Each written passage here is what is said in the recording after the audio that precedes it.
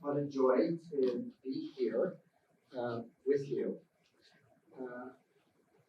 I'm Bill Vendley, and I'm personally thrilled to be with you here. And I'm part of the Fetzer Institute on that team, and I'm so happy to be a part of that team. And in the Fetzer Institute, I serve as the Vice President for World Religions and Spirituality.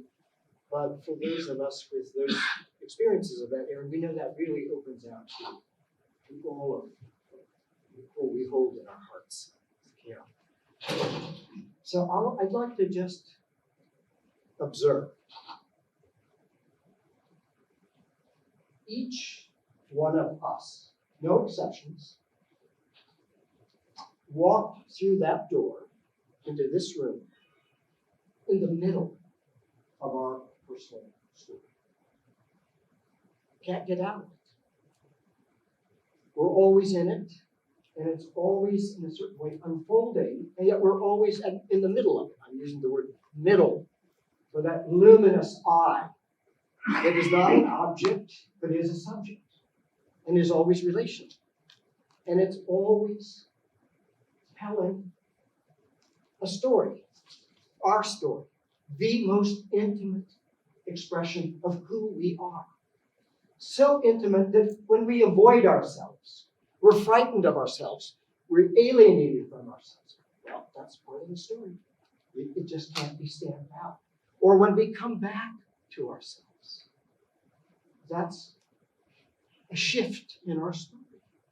So what I'd like to invite is that we enter into this now 85 minutes together as the storytellers we are. And storytellers who tell our stories within other stories, be they familial, be they national, be they cultural, be they religious, be they scientific. We're all in what we could call the community of being, as in radiant, unobjective eye that is always related to other mysterious eyes. So let's go back and invite you to go your way back into that luminous eye that you are in its spontaneous, incessant relationality. And let's ponder that we are storytellers, and always have been, and always will be. So let's take a couple of minutes together. I think silence is the sweetest way to do that. If you like it, the word love is often helpful to go back to that mysterious, luminous eye. So let's try, each in our own way.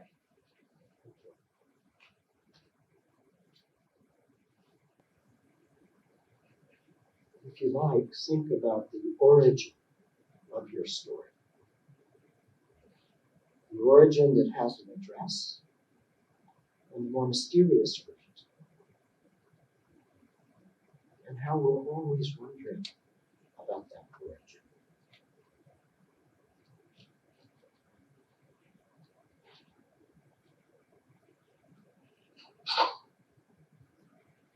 And your eye is always in the middle, in the present now, but you're pondering about where you're going. Where's your ultimate destination? And what's the story about that?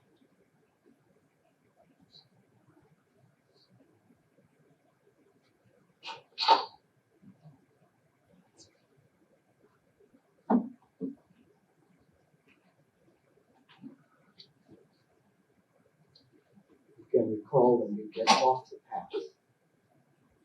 Why we get off the path. Thank you. You can recall how we all get off the path.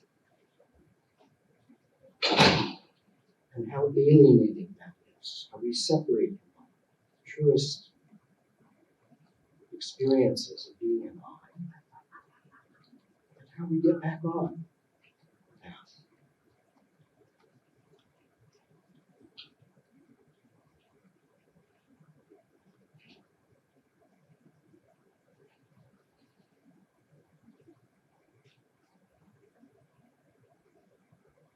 okay, let's pause. We'll be doing this the rest of our lives. So the story will continue until the story is consummated, and we don't really know very much about the frames of that. But we tell ourselves stories about it. So the unknowable becomes, the unknowable becomes in some sense talkable. We have symbols that talk about experiences of consciousness, which aren't simply things, or simply places, states of awareness. So we're going today, this morning, have for me, the joy of pondering how fundamental story is. As we do this, we're going to invite this really extraordinary panel. They're going to introduce themselves, but I'm going to spare them a part of the need to introduce themselves. They are so brilliant, so accomplished in their own fields that were I to read their resumes, you would, all be so moved. But they're human beings, first and foremost. So we're going to ask them to introduce themselves as persons.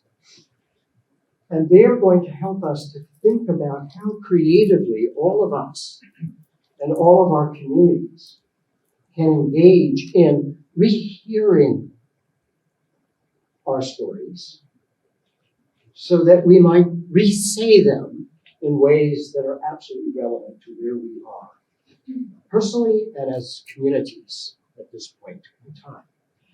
We don't do this in a vacuum. We're part of a story that has circled the earth. It's in a way the de facto public story.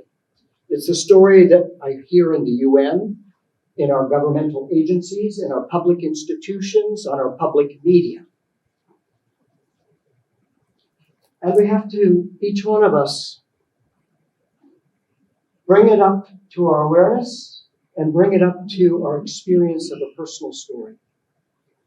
And ask ourselves whether the de facto public story fully welcomes us. It's a story that maybe we can date as beginning about 350 years ago. Up until that time, a spiritual mode of inquiry was the dominant mode of experience for the entire human family from its very beginning, when it first began to tell stories about what it meant to be a person. And we've searched that spiritual mode in a variety of religious paths, and now we have freedom to pursue it with learnings from each other. And that mode of telling a story was inappropriately, understandably, but inappropriately put in opposition to a scientific way of trying to tell a story. Science, so brilliant, we're so proud of it, dealing with the correlation of ranges of data. But what if sacred mystery isn't a datum? It doesn't fall, right, within that particular mode. And what if, most profoundly, we are the openness to that sacred mystery?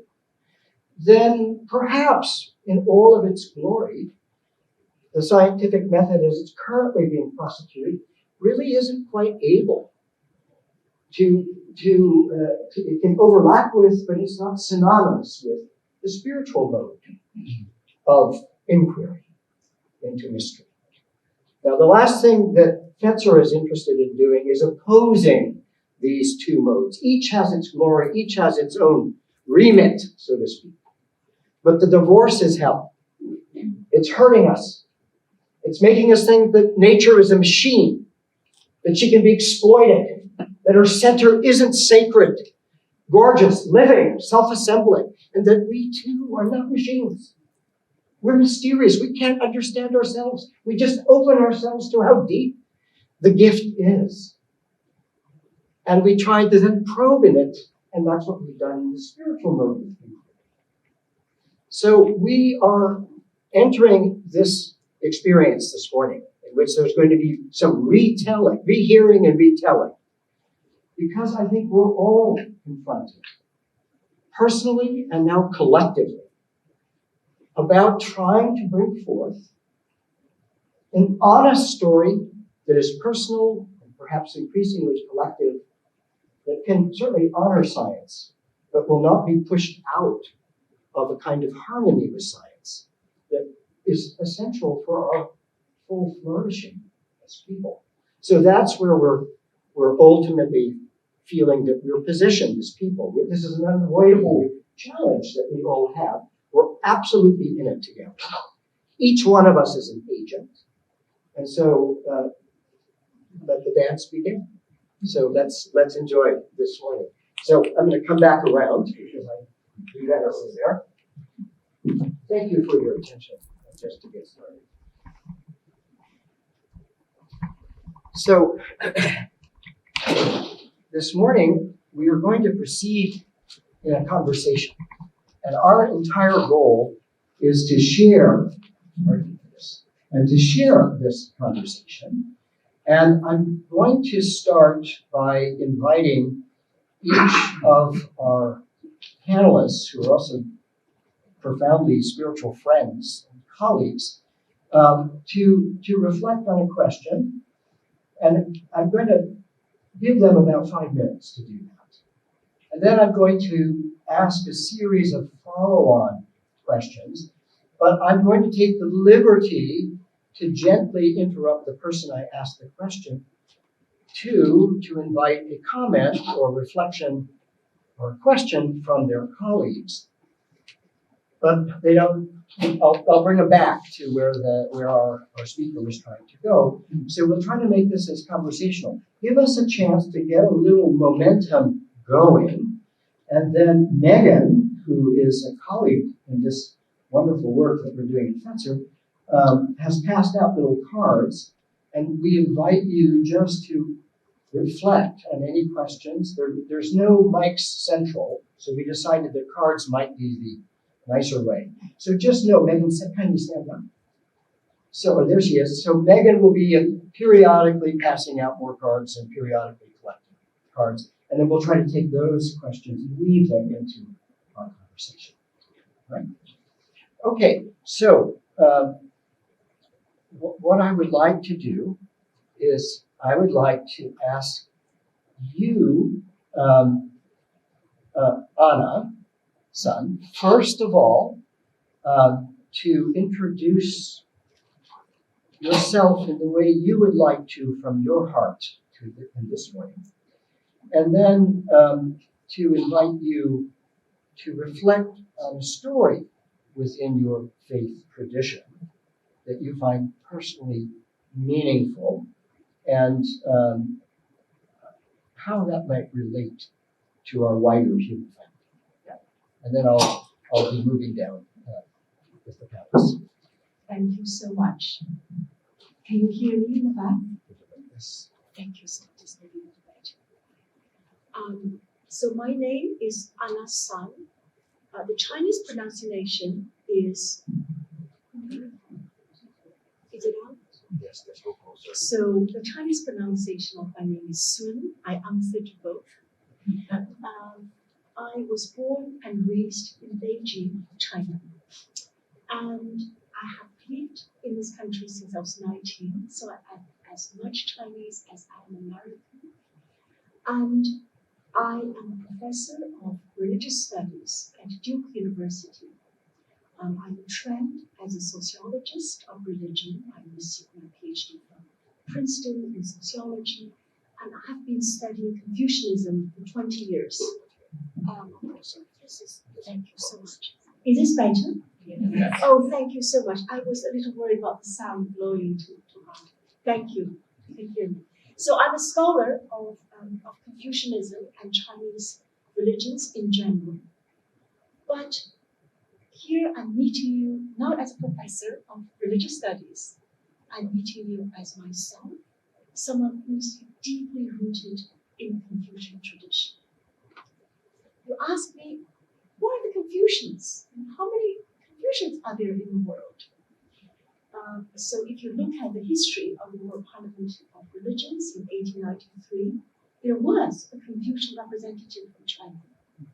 And over the years, I have met a few Confucians joining the parliament. And this year, we have at least 3 representing the tradition.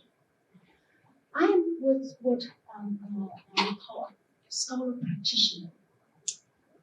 But I want to give you a big picture if I share a story from the Confucian tradition. So, as a scholar, I work closely with the Pew Research Center on the religious populations in Asia, as well as actually Asian American religions.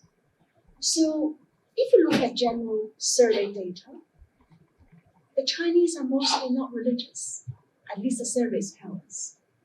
About 75% say they are not religious, they don't have any religion. About 5% more or less are Christians, 2% are Muslims, 20%, give or take, are Buddhists. Where are the Confucians? But if you ask a different question, if you ask, have you conducted any Confucian rituals in the past year? At least 75% would say yes. So the reality is a flip side of this question about identity. They may not say I'm a Confucian, but they are Confucians in practice. So here I am speaking to you as a Confucian who knows Confucianism as a lived tradition. Confucian theology is very important, Confucian ethics is very important. In fact, more than 75% of the Chinese would say, I believe that Confucian ethics is a guiding ethical system in their lives, especially the virtue of xiao, filial care, filial love, that is central to all human actions. So I'm going to share one story from the Confucian tradition that I learned from my mother when I was a child. You all have heard of Confucius, who lived between 551 to 479 BC. So the Confucian tradition is 2,500 years old. He's often called the greatest sage. There is a sage whose status is just a little below him, Mencius, who lived about 100 years later, 372 to 289 BC. Legend has it that he studied with the grandson of Confucius. So here's the story about Mencius' mother. Mencius' father died when he was young. So it was just Mencius and his mother. At first, the 2 of them lived near a graveyard. So they were not wealthy. And the mother wanted to give the son a proper Confucian life, Confucian education. So after having lived near the graveyard for a while, she noticed little Mencius was playing rituals of ancestral worship, which is the most important ritual activity in the Confucian tradition all the way to today. But there are proper ways of doing ancestral rituals. And little Confucius was doing dramatizations of it. The children don't understand what the rituals are about. So Mencius says to herself, this won't do. This will give my son a wrong understanding of proper ritual. We must move. So they moved this time next to a market. Well, after a while, little Mencius is playing with neighborhood kids, and they're buying and selling things. Make believe, buying and selling things. And after a while, the mother of Confucius says to herself, this won't do either, because my son is relating to others in this transactional way, out of proper social context. He doesn't understand how to form a proper social relation in this context of selling and buying without the proper knowledge of social relations. So she moved again. Can't be easy for a single mother. So she moved again, and this time they moved next to a school. And then she noticed little Mencius, who was still too young to go to school, was pretending he's studying, or is learning to bow to the adults in the way of a Confucian student. And she says to herself, finally, I have found a place to bring up my son properly as a Confucian. There's so much in this story that I love, because I myself grew up with a single mother, and my mother cared deeply about my education. But if we take a step back to see this story in a larger tradition, you see the cultivation of virtues and a virtuous life is intentional. It starts early, cultivating the virtuous Confucian self through social relations, through ritual activities, and family education is essential in this process. The next important lesson is that the self-cultivation of a Confucian person involves the understanding and practice of rituals, of proper religious rituals. And this is learning the way through Confucian way of life. So Confucian way of life encompasses social relations, encompasses the search and the service of the common good, it encompasses self-cultivation of virtues, it encompasses the seeking of the fulfillment of the Tao of heaven on earth. And the last important point is that women are the driving force of Confucian education historically as well as today. So even though, again, historically Confucian has a patriarchal lesson, and historically Confucian activities were often tied up with political and gender hierarchies, we can still see a Confucianism as a lived tradition deeply rooted in the valuing of women's centrality in the cultivation and education of the young. And we see how social rituals and religious rituals are as important as book learning, as the learning of Confucian theology in the flourishing of Confucianism as a lived tradition. Anna, thank you so much. And Jessica, I'm going to invite you next. We'll then come to you, Ruben. So I have those reasons. So Jessica, kindly self-introduction, your way, and the story that you'd like to share. Wonderful. Thank you. Thank you, Anna, for that story. My name is Jess. I come to this panel in some ways a rather unexpected way. As I think about my own story, as a child and as a part of the religious community that I'm still a part of, I could never have imagined myself here. I grew up as a Christian. I am still a Christian. And one of perhaps the more, I don't know that it's interesting, but we'll call it that anyways, and you can tell me if I'm right or wrong. Interesting parts of my story is I have stayed in the same very small religious community my entire life, which for many of my peers has not been their story. And when I think about my story, it is deeply shaped, and Bill, your introduction was so wonderful to help situate my story in the larger story that you told, was shaped by the narrative of my family long before I was born. So I am the granddaughter of Dutch immigrants. And those Dutch immigrants came to America after the Second World War in a very difficult moment for them. And frankly, life didn't get much easier for them, though I'm very grateful for the sacrifices they made for the life that I now have. So I grew up in a very robust Dutch immigrant community. I still live in a Dutch immigrant community. I have lived in Dutch immigrant communities throughout Canada and America.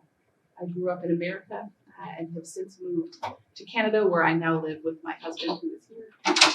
And I teach at a little university, a Christian university right outside Toronto. But the Christian community that I was a part of, it's part of course, this broad Christian family. part of the Protestant part of that family, and then part of the Reformed part of that Protestant family. If you know something about the Protestant strand of Christianity, you know that we like to differentiate ourselves for better and worse, mostly worse. But I think it's helpful in telling my story to lean into maybe that not great part of my religious heritage. And so I grew up in a rather insular Christian community that I didn't know anyone that was not like me. My community was racially diverse, but not religiously diverse. And which is perhaps surprising given the very strong emphasis I've had on my own ethnicity in my story. And I didn't, until I was about 18 years old, know that even Christians outside of my own small religious community existed.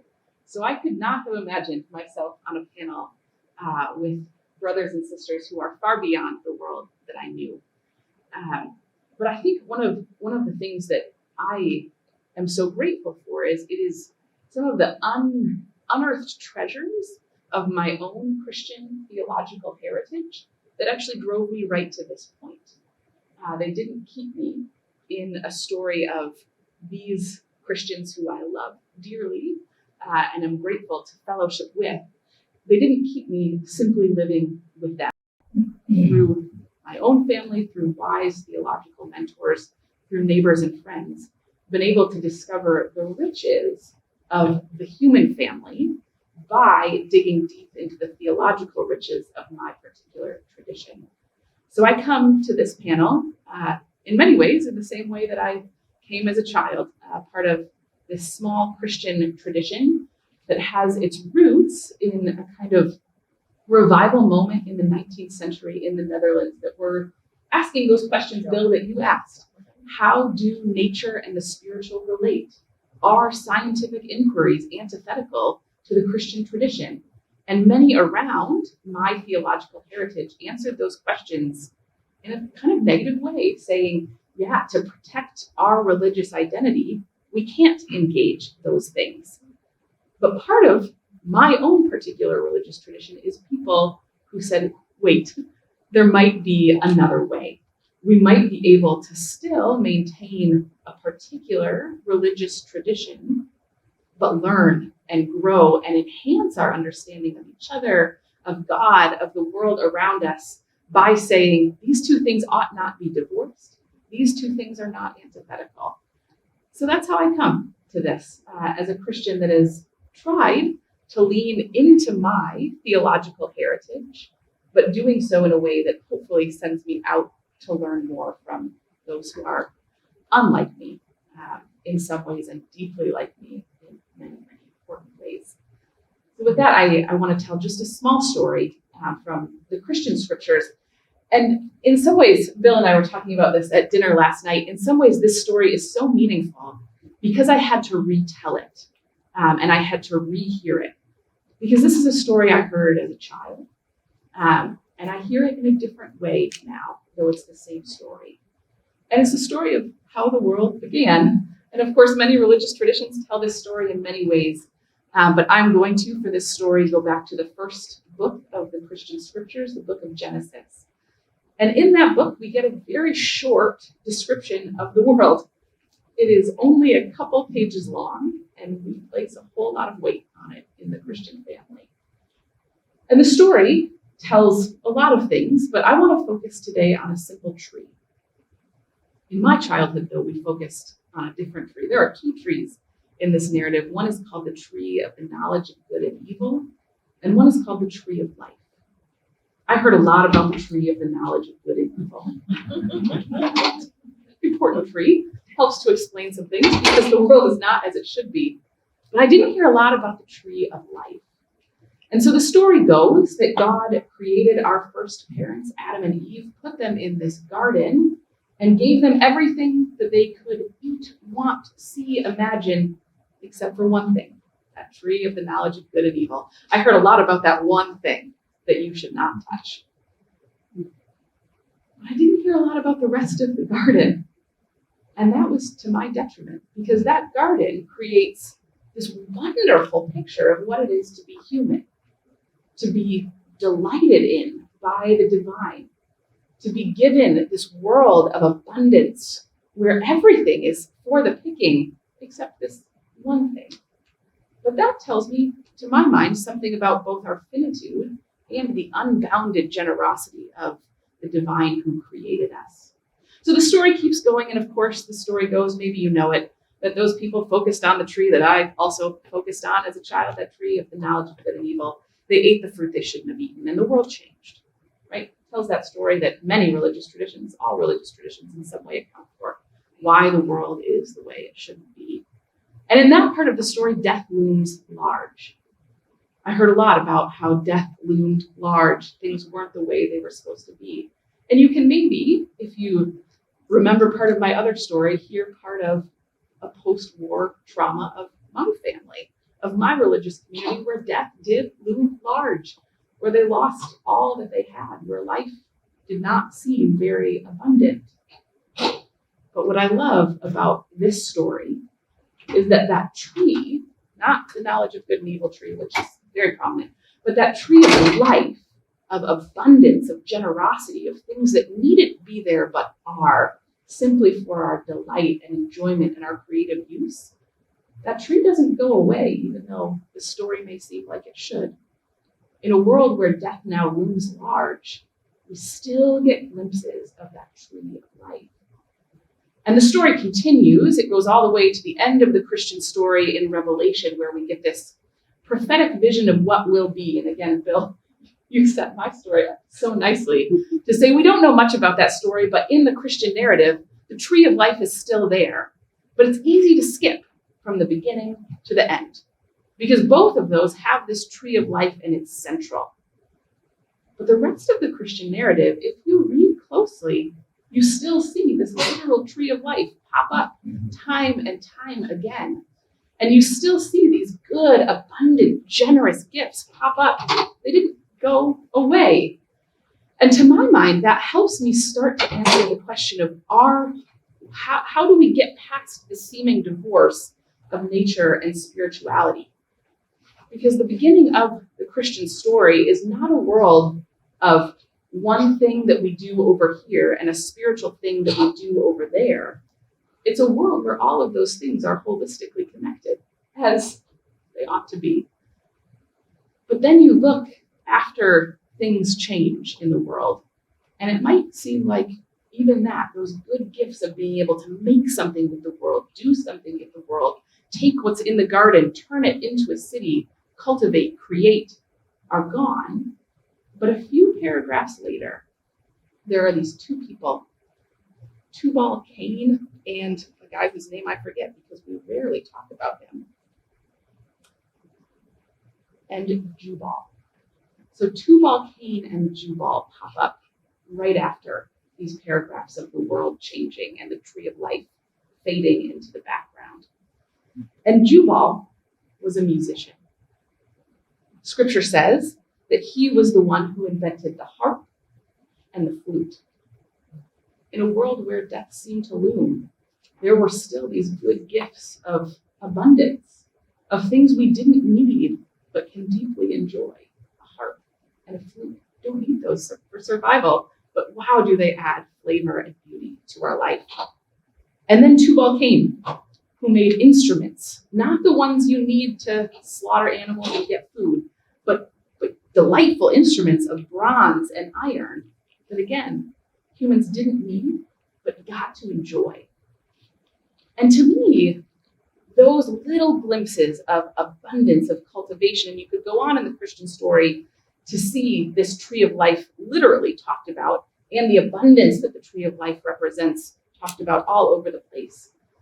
To me, say something very important, not only to me personally, but also to me vocationally as the professor of young students who want to go out into the world. And many of them, at least in my part of the Christian family, are often told about that divorce between nature and spirituality. You want to do something as a Christian, you go be a pastor, you be a missionary, you go in service of God in some very religious way. And I'm not bashing that. There is certainly a time and place for that within the Christian family, but it's not all that there is.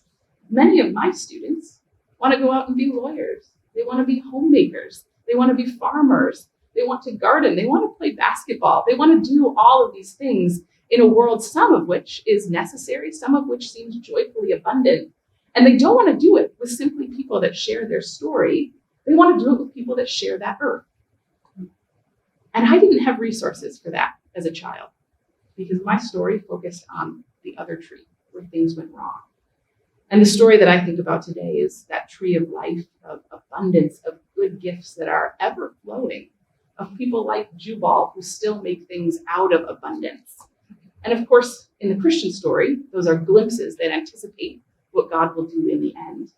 But I think they're importantly instructive for us today, for my students who are asking those questions of how do I go out into this world where people tell me I have to choose one or the other, right? I can be a politician or I can be religious. I can be a farmer, and then on a Sunday, if you're in the Christian family, I can put on my church hat and go do this.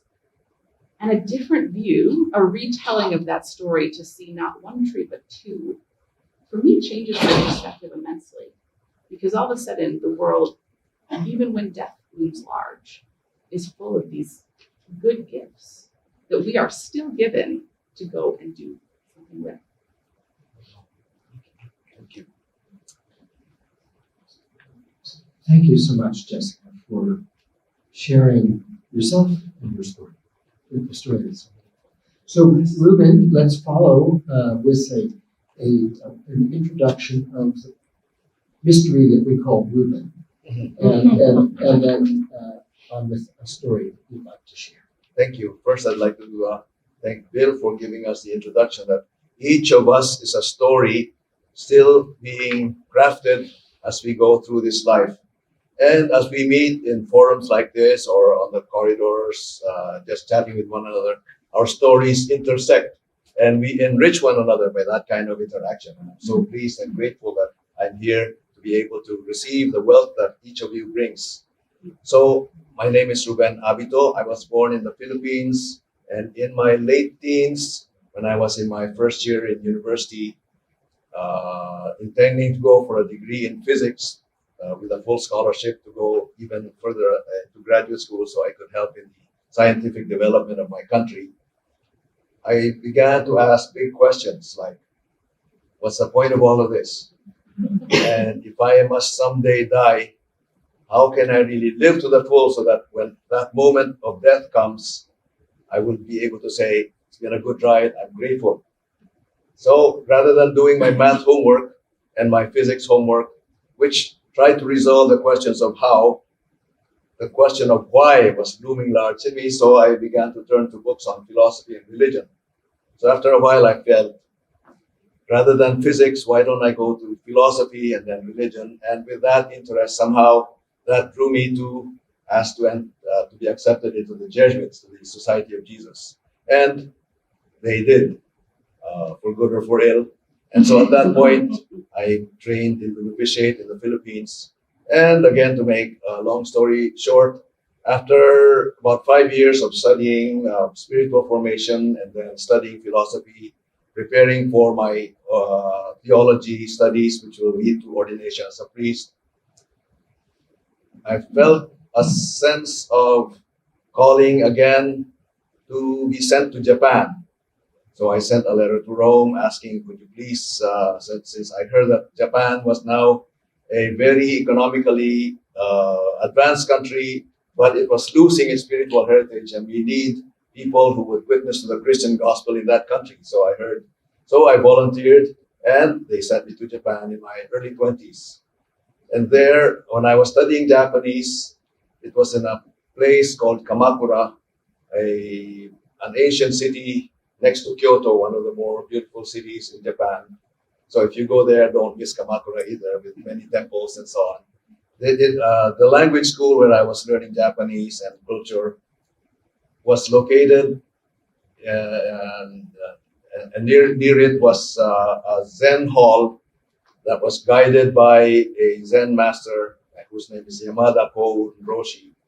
And so he had already been having international repute.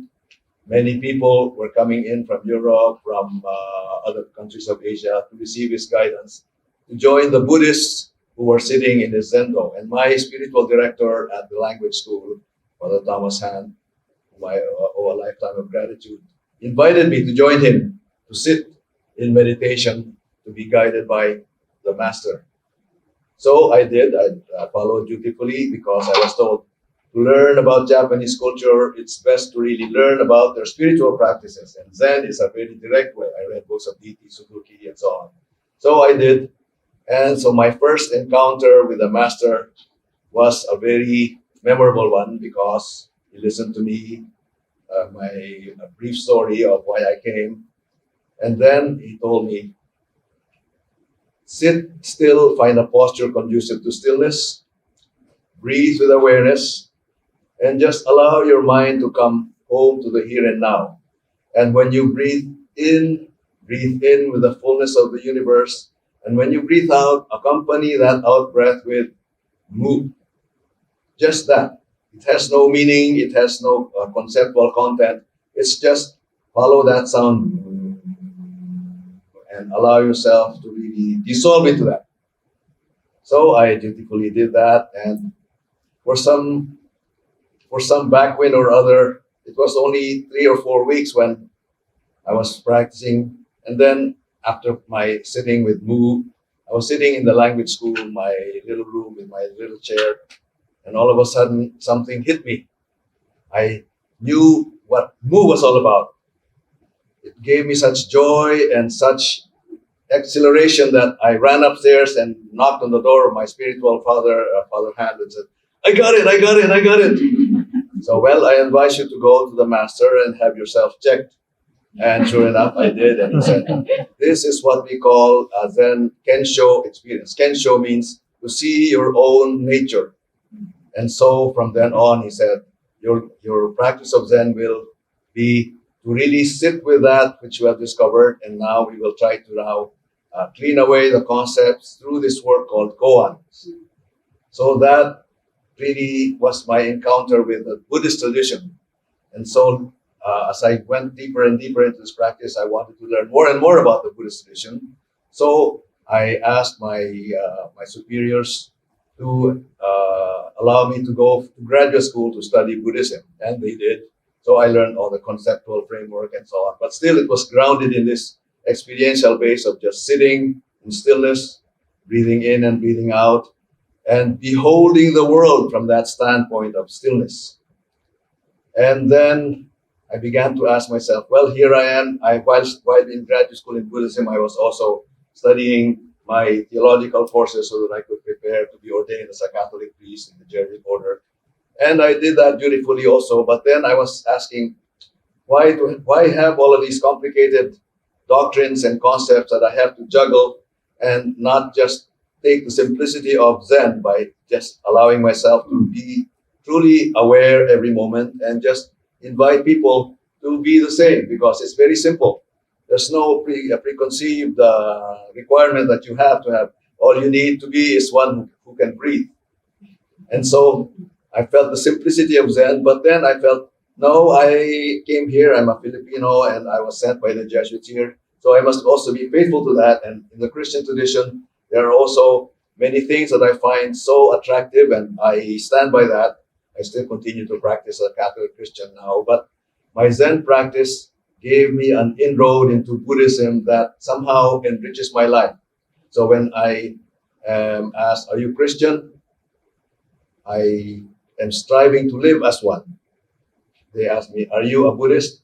Well, I practice in the Buddhist tradition, and when I talk to others, words from the Buddhist tradition come out. So, well, are you Buddhist or Christian or both or neither? And of course, I'm at a loss for words, so I can only say, well, let's be friends and let's talk some more. So in that regard, well, I am part of the team that Fetzer is forming to craft a story from the Buddhist tradition to share with the world.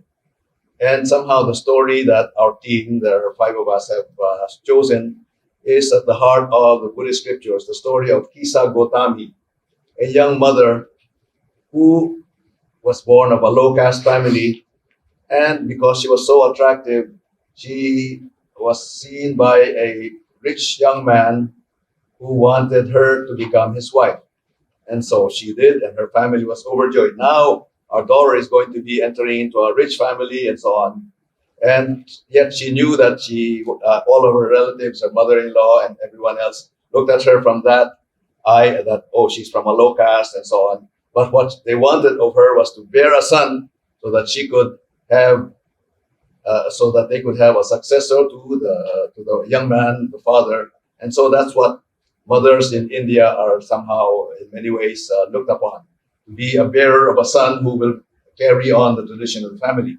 So, to great joy, she did bring forth a son. So, for 2 or 3 years, while nurturing her son, she was treasured. Everybody was at her behest and command because they wanted her to be healthy so that she could take care of her son. But unfortunately, there was a flood, and she was carrying her son, and the son jumped from her hold, and the son drowned. So when she recovered the body of her son, she could not believe that this son was already gone.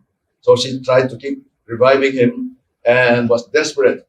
How can anybody help my son? So he went around and around like somebody who is really out of her mind. But help my son, until somebody told her, well, there is a wise sage nearby.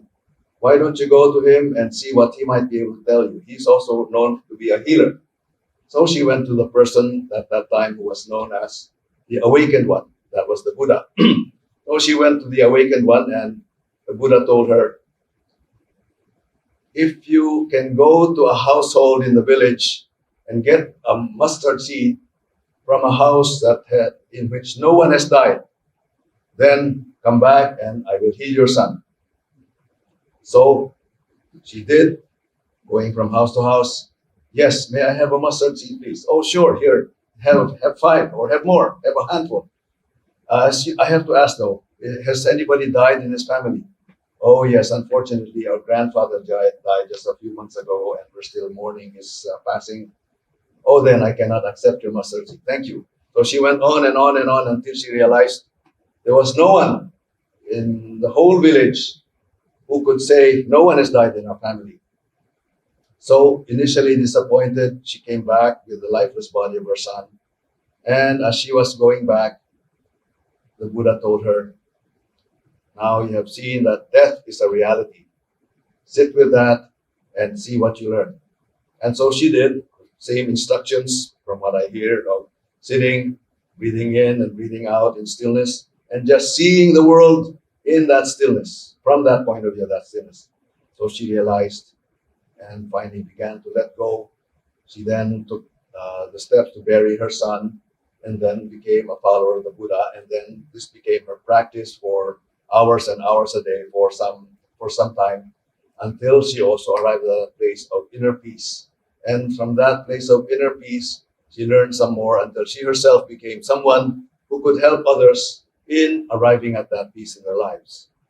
So Jessica told about the death that stalks us every moment of our lives, and that becomes a cause of fear.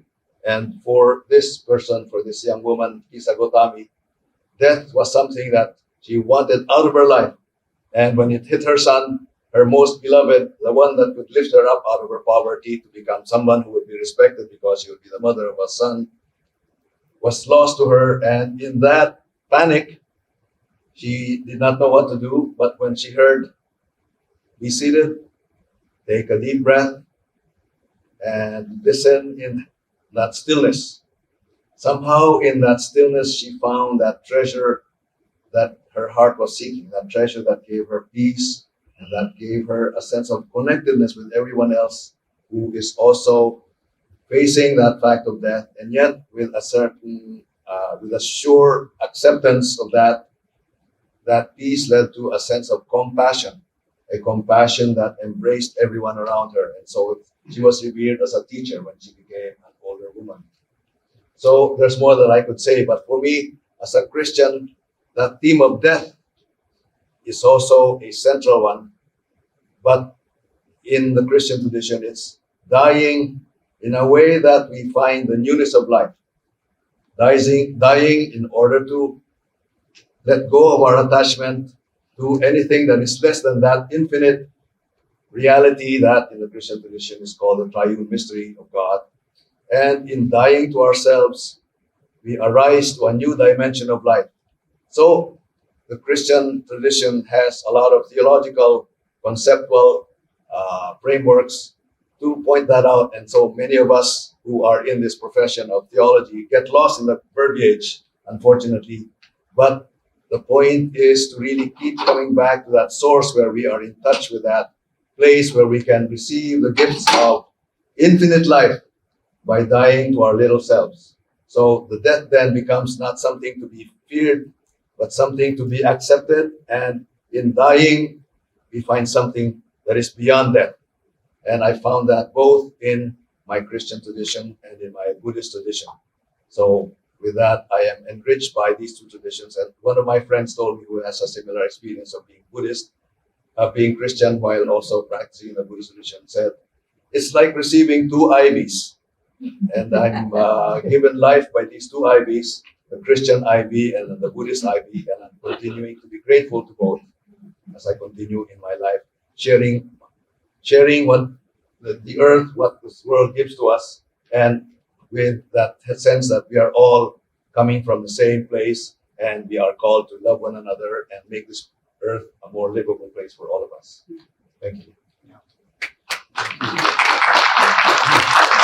So thank you, Ruben, and then thank you to Anna and to Jessica, both all of you for your stories.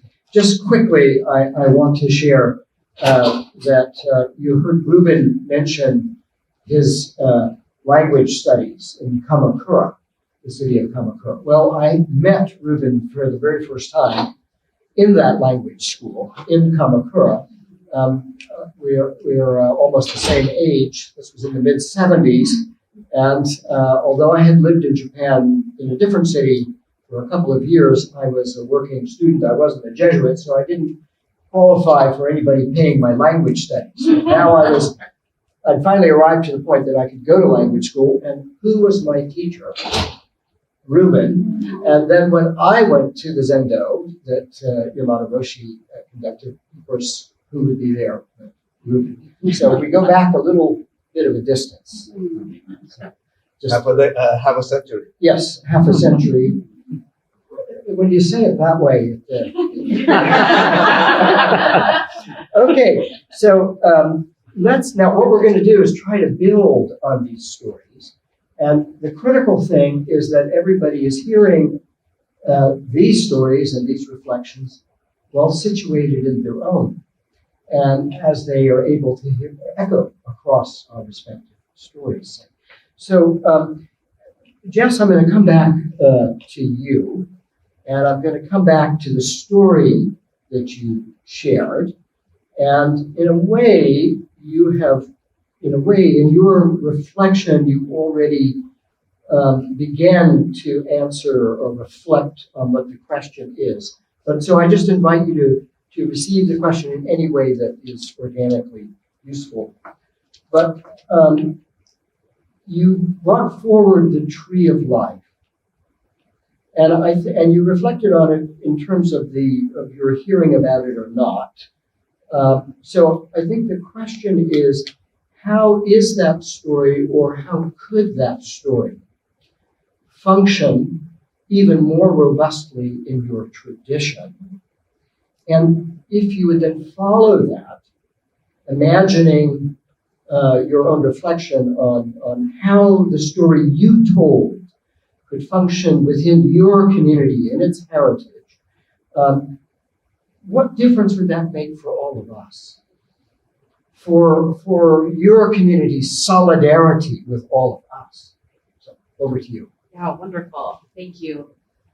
One of the things I've heard Ruben and Anna and Bill, as you've all shared, is something that really resonates with me about how these theological questions and these stories meet us in real lived practices and questions. Right? We can't divorce the things that we are going through and the circumstances that we're encountering, the people that we're encountering, the questions we're encountering with these stories. And when I think about my own context, I live right outside of Toronto in a very busy, pluralistic space. That is not a space I was, in many ways, well equipped to engage without some additional resources and stories. And I do think that this story of how things began really can help think through the stories and the questions that come from a pluralistic age. An age, in many ways, that in some way, shape, or form we all inhabit, but we inhabit in different places. And for me and for many, maybe in my community, I won't speak too much for them, so I'll mostly speak for me, but questions can arise that are as simple as, what do we share? In an age where we're confronted with a lot of difference, I think differently, I ask different questions, I come to different epistemic sources for my answers, I act differently, I have different ethical norms, different ethical guides. What do we share? How do we live together? That's a really pressing question. And it's a question, I think, again, going back to the beginning, this original kind of creation story within the Christian narrative can really help with. Because one of the things, if we continue to probe that story, those first couple chapters of the Christian scriptures in Genesis, we see not only that the world was created with this abundance, this life, but that life was shared. In the first chapter of Genesis, it says, God created male and female in his image. And that, for many Christian traditions, if not all Christian traditions, has been the linchpin of theological anthropology. How do we understand what it is to be human? But as many Christian traditions receive that story, that we were created in the image of the divine, we receive it as individuals, right? I am an image of the divine. You are an image of the divine. And to that, the story would say, yes, true, good, but that's not it. Or that's not all of it. And one of the things, and this is something that is both deep within my particular religious tradition and deeply underexplored within it all at the same time, is this theological understanding of the image of God as community, as not just individual, but as all of humanity. There's this theologian, he is dead and obscure, but wonderfully gifted and has some rich ideas that comes from my little neck of the Christian family, named Herman Bavinck, who talks about the image of God in this way. He says that the image of God is much too rich for it to be fully realized in a single human being, however gifted that human being may be. It can only be somewhat unfolded in its depth and riches in a humanity counting billions of members. This is a theologian from a relatively obscure, small, insular Christian group saying, we can't understand ourselves, we can't understand what it means to image God, and therefore we can't understand God without each other. To my mind, that's a really bold statement and a really important one, because it not only negates something, right? It negates this idea that my epistemic differences and my ethical differences just make me different. It first says, no, we are all family. We are all bound. Whether or not you are in the Christian family or any other religious family, this idea, this at least from within the Christian tradition, says we can't separate out humans that way. We are ontologically tethered as family. And that is in some ways both a negation and something positive that we can say. We are not simply different, though it does not absolve us of our differences or kind of try to negate those, but it says underneath those differences, there is this ontological unity, this family. But then, Jessica, you're so stimulating, Anna. I can feel the vibrations. Wonderful. She wants to. She doesn't want to get you off topic. She wants to ask you a question or make a comment. Anna, please. No, please. I know the thought is continuing. I'm so grateful for what you're sharing. That's really what I wanted to say. Wonderful, thank you. And so I think in some ways what this says is not only are we bound together ontologically, not only are we part of this Christian family, or not this Christian family, this human family, but I cannot understand myself or God, the divine, without you. And that says something very fundamental about a posture that we understand and walk into the world with. I am not my own. And I am not an individual living in this kind of sea of other individuals. I am bonded with every human being in a fundamental way.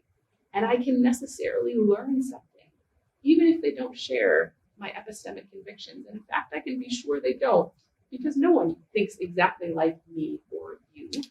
But I can live together and learn from them, because we can't understand God in God's fullness in this divine mystery without seeing something important, not only in ourselves, but the other. Thank you.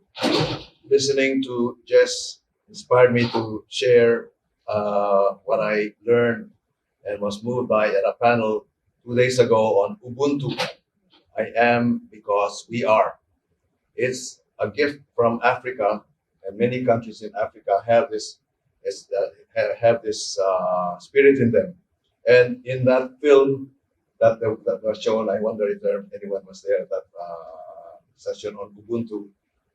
There was a film where there was a teacher, a young woman in her late 20s, who was teaching a group of little boys and girls, maybe aged 6 to 7, and then the others, there were about 2 or so who were about 3 or 4 years old. There were about 10 to 12 of them in a circle, and so she gets a basket full of bananas, and she says, "I will give this basket to the one who can run the fastest. So I will go to that baobab tree over there, about 50 yards away, and I'll wait for you. So when I say, on your mark, get set, go, come and see who can run the fastest." So when she says, on your mark, and the children go and in a huddle, and then get set, go. So rather than running fast, they all held hands and walked slowly together to the baobab tree, and they all arrived together. And so they all received the basket and shared it with one another. And what a wonderful world it would be if we all had that mentality. And I believe that at the core of our religious traditions is precisely that teaching that we depend on one another. I am because you all are. And so as in cultivating that sense that we need to be open to one another, I believe that we can transform the world. So how to instill that spirit is a task of each of us in our own little spheres. So terrific, and that's a brilliant riff on Jessica's story. So we'll go back to you, Jessica, just to round out what was really just a remarkable reflection on a rehearing of your story in its radical relationality to the entire human family and really the full community. I think that's wonderful. And Ruben, that story is such a moving one. I love it every time I hear it. And I think that's exactly right. This understanding of the image of God as deeply individual, but not simply individual. Individual and collective gives honor and weight to each person as a brother and sister in this kind of family relationship with one another, but then says we are more than just ourselves. I am because you are. And I think then it also pushes us beyond a simplistic understanding of the divine. And it pushes us to this deeply mysterious, enormous view of the divine as someone and something that cannot simply be captured by my imagination or your imagination or your imaging of God or my imaging of God, because the divine is so much bigger than that. Again, this theologian that has this understanding of the image of God, I think says it in a really nice way, says that the collective view of humanity, which is adorned by the gifts of many people and many nations, showing once again this abundant God who gives all of these gifts in grand diversity, is the most telling and striking likeness of God. We can't see simply ourselves and mirror that back to say this is divine. because the divine is so much bigger than our individual imaginations. And I think that tells us something both very important in our life together in this shared space, and our understanding of God and who God is as we branch out and imagine in a much bigger, robust way. And yes, and if I may add to that, I'm really grateful for your very beautiful articulation of this important thought, and Ruben's story as well. Not mine. Yes. Yes. I'm grateful to the Feather Institute for this project called the Shared Sacred Stories, because it acknowledges a very important reality, that we all live in the same sacred reality. We all face the same sacred mystery, that is life, that is meaning, that is love, that is of the spirit. We will have different narratives, different stories about it, different experiences, but this fundamental reality of shared mystery is here with us. And what I love about this project is that it gives every tradition a space to tell the story in a way that can be understood by people from outside of the tradition. So now I'm going to speak just a few words about the Confucian tradition. How, of course, it has its theological system. 2,500 years of Confucian learning. It has a very, very deep reservoir of theological ideas about ethics, about metaphysics, about political theory. But I also see everywhere in the Confucian world, which is not just China, but also South Korea, Singapore, Indonesia, in the US today as well, I see Confucianism as a lived, embodied practice. I also see it as narratives shared in families and in communities. And what's wonderful about the Confucian tradition is that it welcomes sacred stories from all traditions. Confucianism is a very, very inclusive way of living a religious life. So Buddhists, Taoists, Christians, Muslims, in the Confucian context, can really have wonderful exchanges. And that's why there are Confucian Christians, Confucian Muslims, Confucian Taoist Buddhists.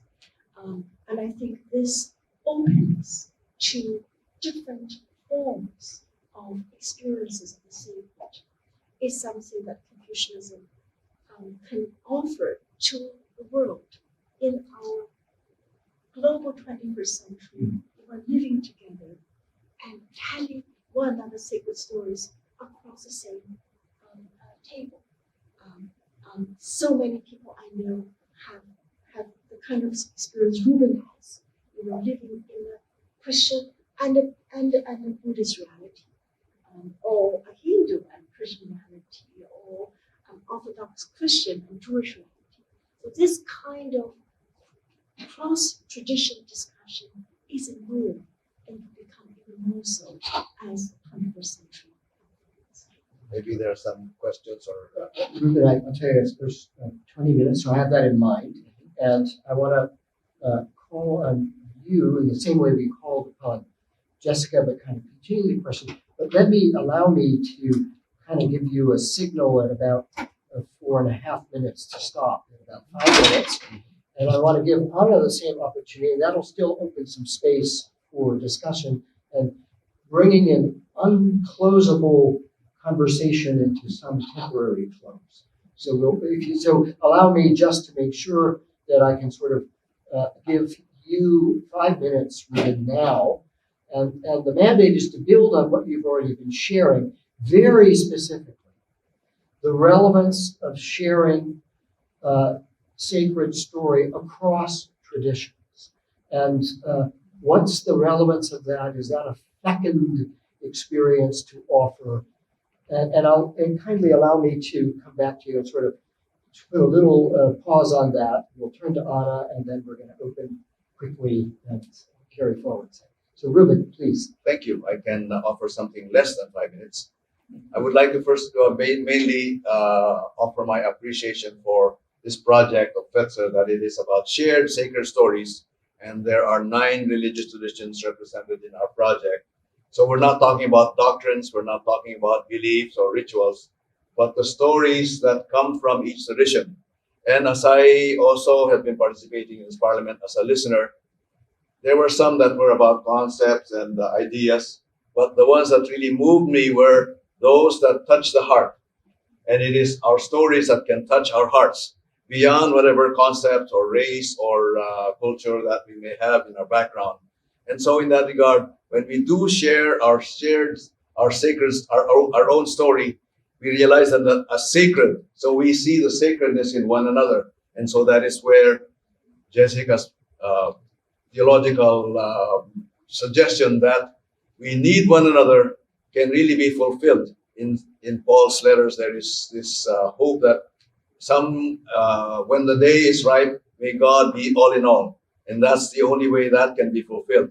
When we find our shared sacred stories and intersect and enrich one another. So I'm really very moved by my attendance at many sessions in the parliament that were about the heart and not so much about the head. Well, the head, we need to be able to sort out things so that we don't get confused.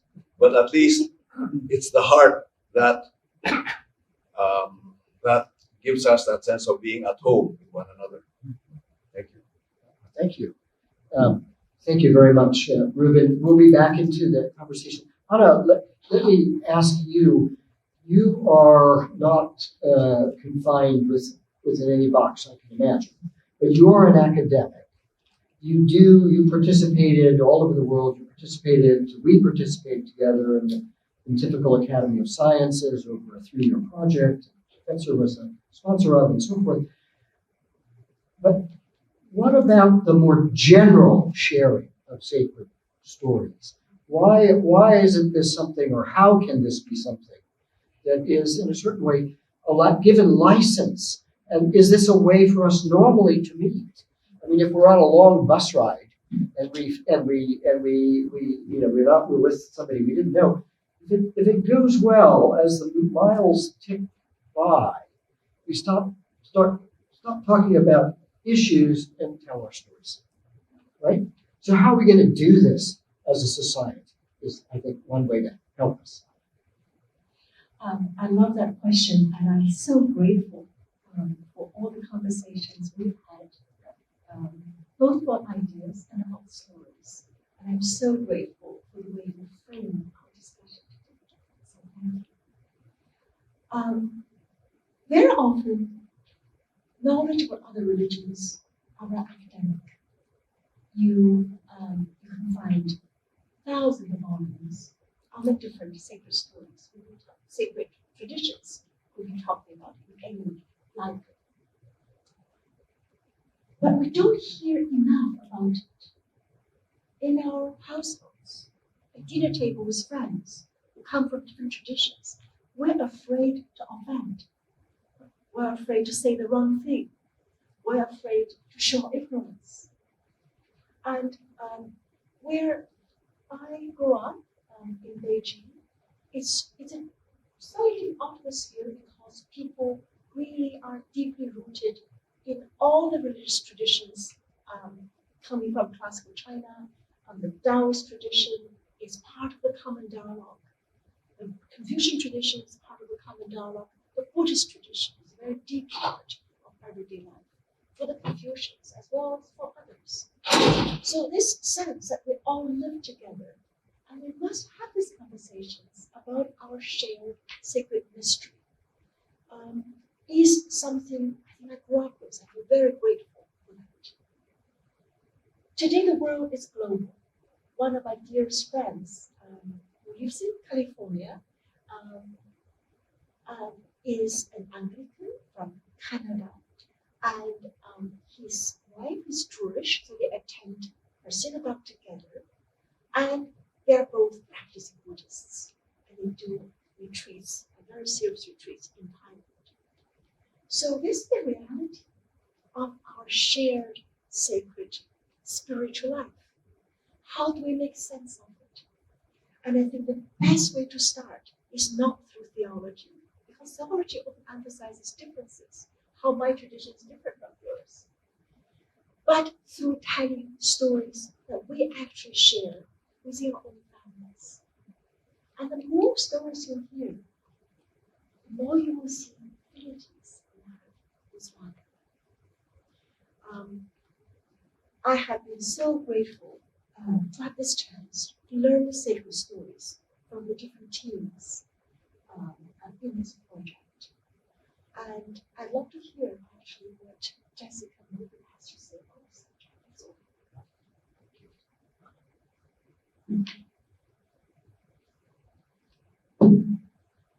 I think, Anna, you're absolutely right that we often make these conversations academic conversations. And in some ways, maybe unintentionally limit our imagination of what story sharing might be. Bill, your anecdote of being on a train or on a plane, these are places where we share ourselves. And I think there are all of these day-to-day moments, birth and death and marriage and children and all of these things where we are inhabiting, of course, because we always do, living out of a particular story. And they give us these opportunities to say, why do you believe that? Why are you entering into it this way? But I think, again, Anna, you're absolutely right in the kind of tentativeness in which we approach those things. Because for some of us, and again, now I'm speaking a bit more out of my own context, some of us are unfamiliar with that kind of difference and not necessarily afraid of the difference, but afraid of how we encounter that difference. Maybe ill-equipped with how to encounter that difference and don't know where to go beyond the academic.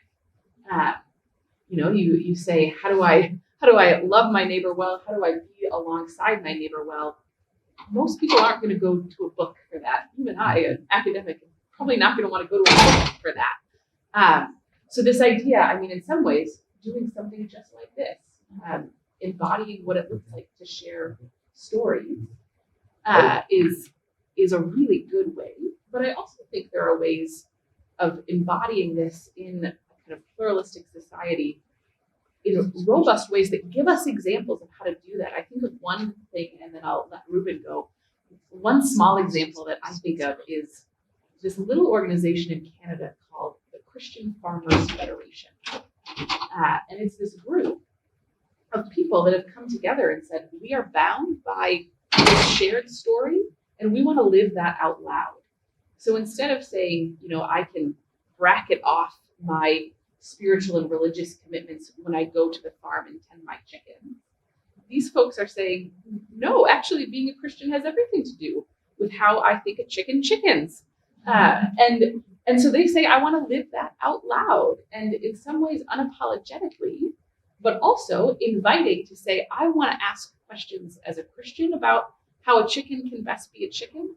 And then I want to hear your answers as a Muslim, as a Buddhist, as a Sikh, to say, how do you think chickens can be chickens? How do we operate out of these things, not only in the ivory tower, but literally in the dirt as we live together?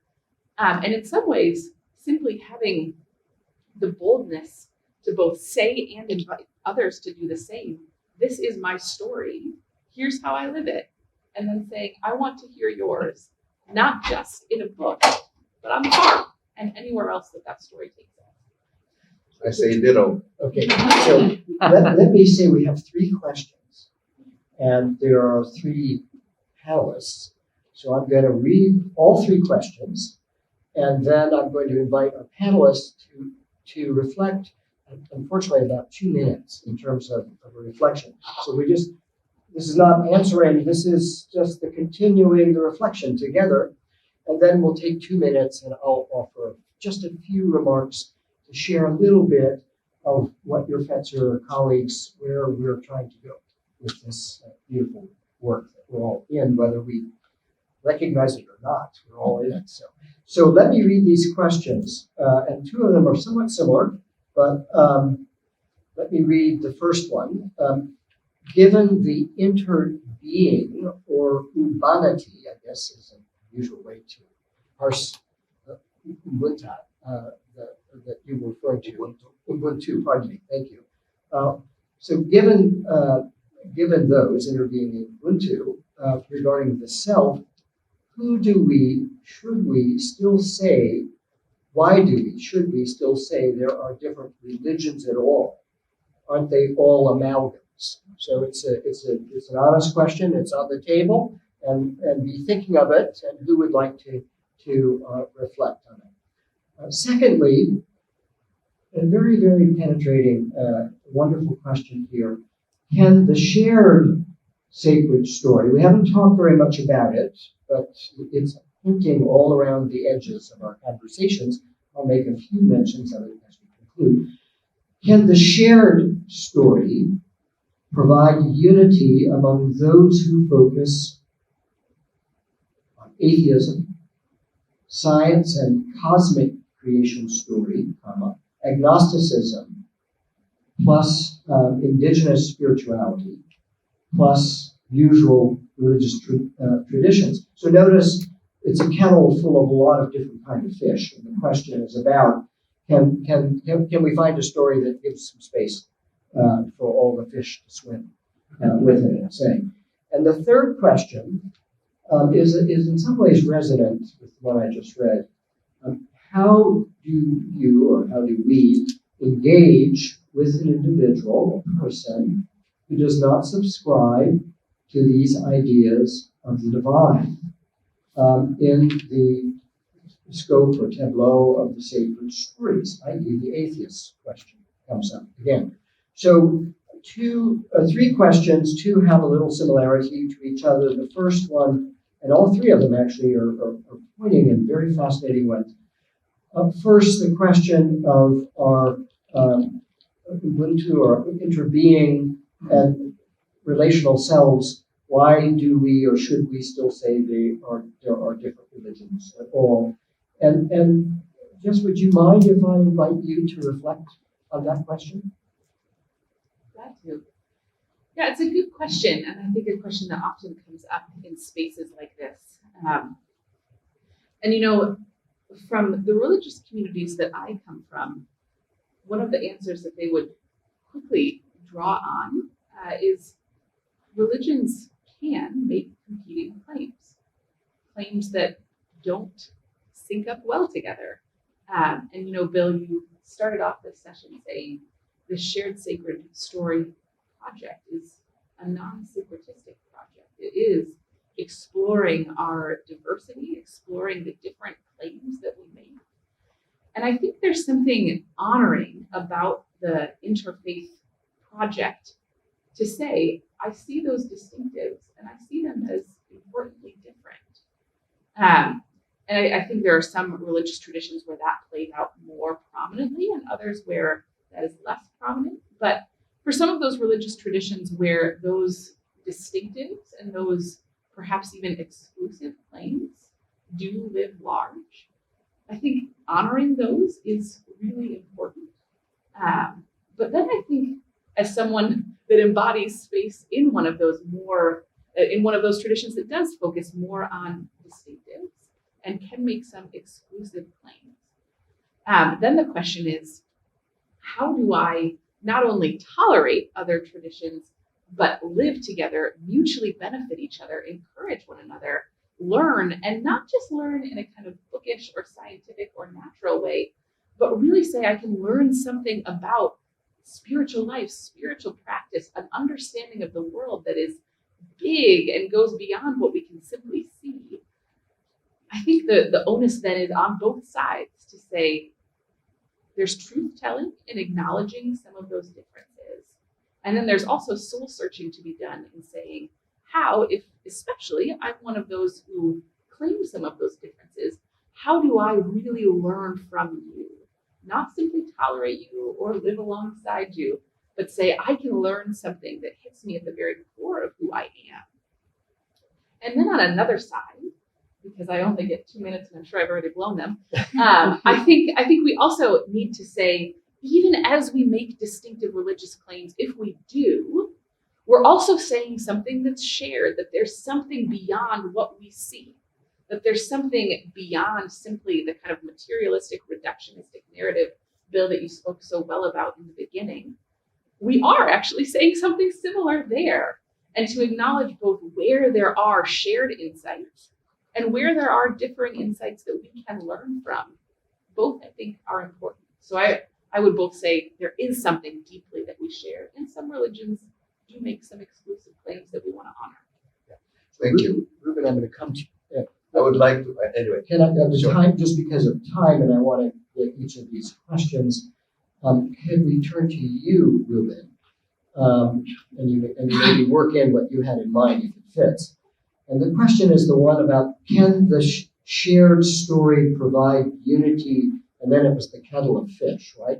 Atheists, agnostics, the confused, the too certain, all of us. I mean, so how can that story, in a certain way, at least be an invitation to everyone? Thank you. I've been struggling with this issue for many, many years now, and I still am. So how can I say that when I practice my Catholic Christianity, I am integral and faithful to my tradition, and when I practice in my Buddhist tradition, I am faithful to my tradition, without making them a hodgepodge or an amalgam or just a supermarket kind of vision where I take this and I take that and I don't take the others. My sense is that, not only my sense, but the Dalai Lama once was asked, well, then, given your beautiful Buddhist vision, do you want all people to become Buddhist? He said, no. If you're Christian, become fully a Christian and go all the way down. And if you're Jewish, go down to all your Jewishness and live that. And here's my point, in the deep structures of our traditions, we will find those resonances. I like the word resonances rather than similarities. And when we resonate with one another, then we can find that oneness as human beings from a Christian vocabulary. We are beloved of the same infinite reality that we are always swimming in from day to day, and yet we conceptualize that, we articulate that differently. So those different articulations need to be respected, not homogenized. And so there was a Christian theologian around the 13th or 14th century named Nicholas of Cusa, who said that infinite divine mystery is known to be a coincidentia oppositorum, a coincidence of opposites, where opposites converge. They do not disappear, but they converge into one beautiful diamond where all the different sides are shining in their brilliance without canceling one another. So the particularity is to be respected and to be followed all the way through, would be my suggestion. So thank you, Ruben, very much. And what an interesting compliment to Jessica's reflection. So Anna, let's take this question in a very existential way. It's related to the two previous questions, but notice how it's framed, and it's a very beautiful framing.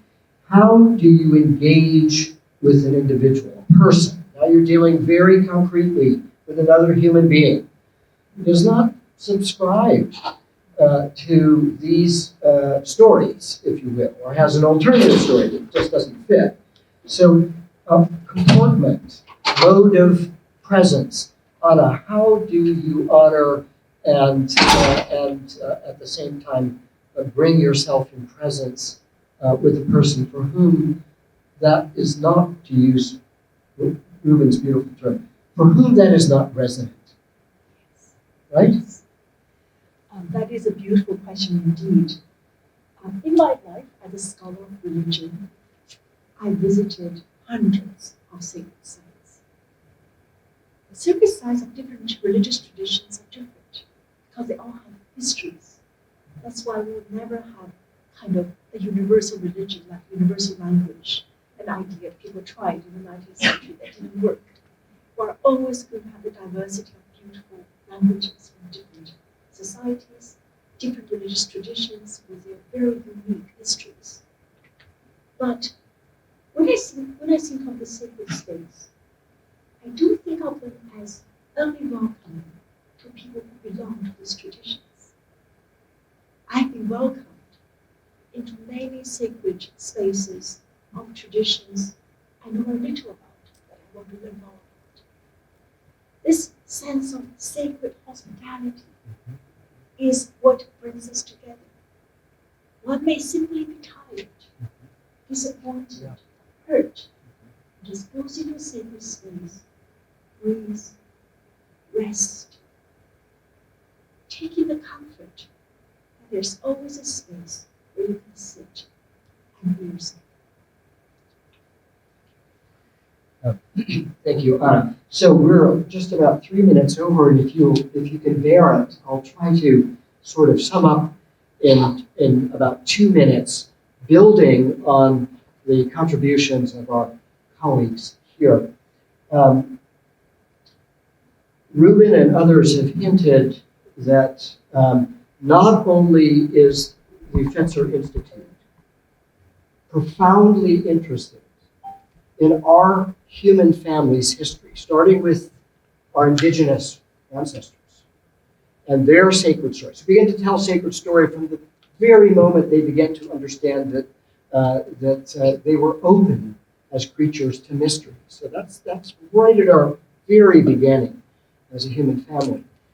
So what we basically invited is, as a way, just a humble attempt to honor what are hundreds of thousands of years of our collective history as little facets of that history. 9 traditions that represent us, still living, starting with the indigenous up to where we are, to do something quite extraordinary that our panelists were doing. To rehear their story and its path into sacred mystery, and some species of love that lies at the center of that mystery, as the grounds for them for solidarity with the entire human family, with the full community of being, for shared flourishing. So it's retelling your story from a very specific standpoint, that we are a single human family. You're going to tell it to all of us, those who happen to follow it or not. The ones who follow it, we hope, are nodding their heads. Yes, you got that story right. But sometimes it's shocking, Jess, as you pointed out, because you find a dimension of story. So imagine this fabulous group. It's about 100 people in terms of advisors and so forth, all trying to rehear their story and retell it from the point of view of how that path into the very experience of the sacred grounds for that community, solidarity with all of us, for a relational shared flourishing. Now imagine we have 2 scientific groups, one rather populated by physicists at the sort of far edge of self-reflection of what it is we do when we do science, and another group equally important in the fluorescing edge of the social research on flourishing. What happens when we love, when we open to the sacred? What happens to us as human beings? There's a burgeoning research on that called the research on flourishing. So to those traditions, we now add science self-aware of itself, and in that self-awareness, recognizing that it is presuming that all of reality is intelligible and that it can be known, and for the religious people, the unity of that spiritual act of knowing in all of reality is a name for the sacred mystery. So science itself is on a holy quest, and it presumes it. And is there a convergence? Is there an overlap? Are these distinctive but complementary modes of inquiry? So Fletcher wants to harvest the fluorescing wisdom of these traditions as they retell themselves in time, and of science as a discrete discipline, but an exemplar for another form of intelligence that we all partake in. And could we, with that, humbly begin to discern a big-time word, bear with me, polyphonic shared sacred story? Not a reduction to least common denominators, a musical. There is the indigenous music. How does it weave into that story? There is the Hindu music, the Buddhist music, the Confucian music, the Sikh music, the Jewish music, the Islamic music, the Christian music. There's all sorts. How would we be able to tell what could become our shared, de facto shared story, instead of the shabby one that's hurting us so grievously, that so clearly has set us up to disregard each other and to disregard the earth that we walk on and its beauty. So that's what we're involved with, and we do this as people like all of us in this room at this moment in time. We're in the middle of our stories, who speculate about where we came from and have some mysterious glimpse beyond the address that we associate with our childhood, and a destination that is both in time but not. We see our own derailments, and we hear how those traditions would guide us back and give us courage and give us some species, each tradition in their own language, of a grace to carry us forward. And as you would say, Jess, that grace itself is holding us all into a relationality that if we deny not only ourselves and our relationship to this earth and society, but to that mysterious reality that in some way we all, within which we live and have our being. There's one way of saying it. There are multiple ways of saying it. So that's the adventure we're all on. We're on it willy-nilly. All of us are on it anyway. But could we raise our hearts, raise our little sharings together, and find our way forward? We want to stay in touch, and we want to come back to the next Parliament with a version of that story that would be ever refined as we move across time. So thank you very much. Thank you. Let's give the panel a special hand here. By the way, Rory, Nathaniel, I see you here, and Rory, are you in the room? There you are. So other members of this team are in the room. Who wants to stand up? And I want to ask Megan and Riley to stand up, because they are the heart and soul of the Shared Sacred Story team. Would you show your wonderful beings? Okay. Thanks, everybody. Have blessings for the rest of the Parliament and your lives.